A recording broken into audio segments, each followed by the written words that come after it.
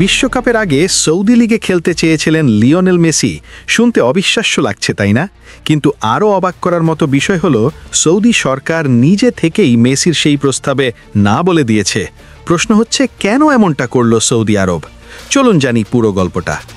2023 সালে যখন Messi PSG ছেড়ে যুক্তরাষ্ট্রের ইন্টার মায়ামিতে যোগ দেন, তখন অনেকেই ভেবেছিল তিনি সৌদি লিগে যাচ্ছেন রোনাল্ডোর মতো। কিন্তু সেই সময় খবরটা গুজবই প্রমাণিত হয়। তবে এবার বিষয়টা সত্যি। জানা গেছে 2026 বিশ্বকাপের আগে মেজর লিগ সকার বা MLS যখন প্রায় 4 মাস বন্ধ থাকবে, তখন মেসি চেয়েছিলেন সৌদি প্রো লিগে অল্প সময়ের জন্য খেলতে, শুধু ফিটনেস ধরে রাখার জন্য। সৌদি আরবের মাহাদ স্পোর্টস একাডেমির প্রধান নির্বাহী আবদুল্লাহ হাম্মাদ এক পডকাস্টে জানিয়েছেন যে মেসির দল আমাদের সঙ্গে যোগাযোগ করেছিল। তারা চেয়েছিল MLS বিরতিতে সৌদি লিগে খেলতে দিতে, কিন্তু হাম্মাদ বিষয়টি জানালে সৌদি ক্রীড়া মন্ত্রী সরাসরি না বলে দেন।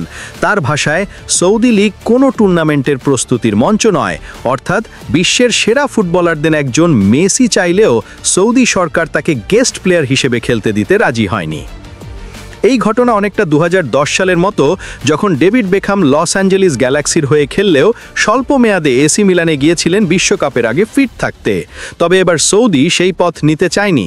তারা এখন নিজেদের লিগকে বিশ্বমানের প্রতিযোগিতা হিসেবে গড়ে তুলতে চায়, যেখানে তারকারা কেবল ফিটনেস ক্যাম্পে নয়, বরং দীর্ঘমেয়াদে আসবে। তাছাড়া রোনাল্ডো, নেইমার, বেনজেমার মতো তারকারা যেখানে ইতিমধ্যে লিগে খেলছেন, সেখানে মেসির অল্প সময়ের জন্য আসা হয়তো তাদের পরিকল্পনার সঙ্গে মেলেনি। তবে একটা ব্যাপার পরিষ্কার, মেসি এখনও 2026 বিশ্বকাপের জন্য নিজেকে প্রস্তুত রাখছেন। 38 বছর বয়সেও তিনি চাইছেন শারীরিকভাবে ফিট থাকতে। অন্যদিকে সৌদি আরবও তাদের ফুটবল কাঠামো নিয়ে এখন অনেক সিরিয়াস। 2034 বিশ্বকাপ আয়োজনের দায়িত্ব পেয়েছে দেশটি, তাই হয়তো তারা এখন প্রতিটি সিদ্ধান্ত নিচ্ছে দীর্ঘমেয়াদী ভাবনা থেকে।